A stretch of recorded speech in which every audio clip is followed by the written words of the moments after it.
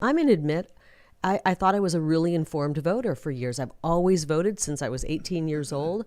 And but I never paid enough attention to school boards. And we have a situation in Scottsdale where we have a 27-year-old guy, unmarried, no children, living with his parents, who's on the school board, making a lot of decisions about our children.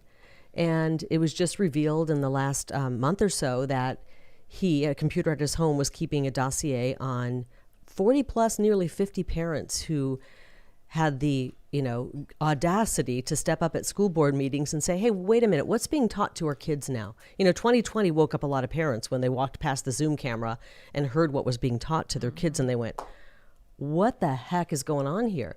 And so they start asking questions, and this guy, who's the president of the school board, again, 27, no kids in the school district, starts keeping a file on them. But I mean, what was he doing? Was he like stalking, pulling up background information? He's saying his dad did it, but it was on the computer at his home, pulling up all of the people who spoke out, the moms, pulling up very detailed information about the family. So it would be, if you spoke out and you had a divorce in your family, the divorce decree. Now, this took somebody to go down to the courts, pull a 1,000-page divorce decree, a lot of private information. This is one of my friends whose divorce decree was pulled up. Information that even their children didn't know, because when you have little ones, sometimes you don't want them knowing all of the nitty-gritty details of what led. And what was he going to use this for? A single mom who was a nurse, her information was pulled up, her nursing license number, and then there was a new complaint against her nursing license, and I hope to God it didn't come from this guy. Here she is trying to make a living, put food on the table for her little one, and someone is really cyber stalking and bullying her. It had photographs of little girls, 8, 10, 13-year-old. They were children of the parents who spoke out. PIs were hired to follow some of the parents and get license plate numbers. One woman said all of her assets were listed.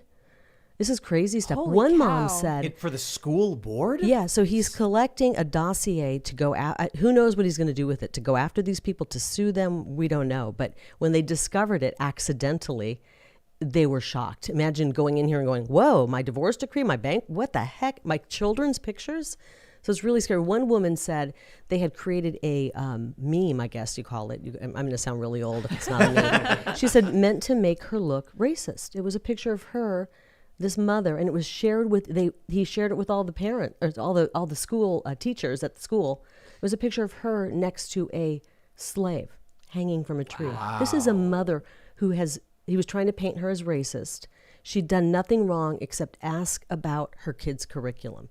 I get angry and emotional when I think about it, because it is our right as parents to question that and not be doxxed, harassed, have PIs come after us, and have a dossier collected. How is it that a guy with no kids is on the school board? Well, here's why, and thank you for bringing me back to the story. Yeah. I got triggered there. He ran unopposed. Nobody was running. And this is what I'm getting to. We think we're all involved, and we know I'm going to run for Congress. I've researched everybody. These are the people I want.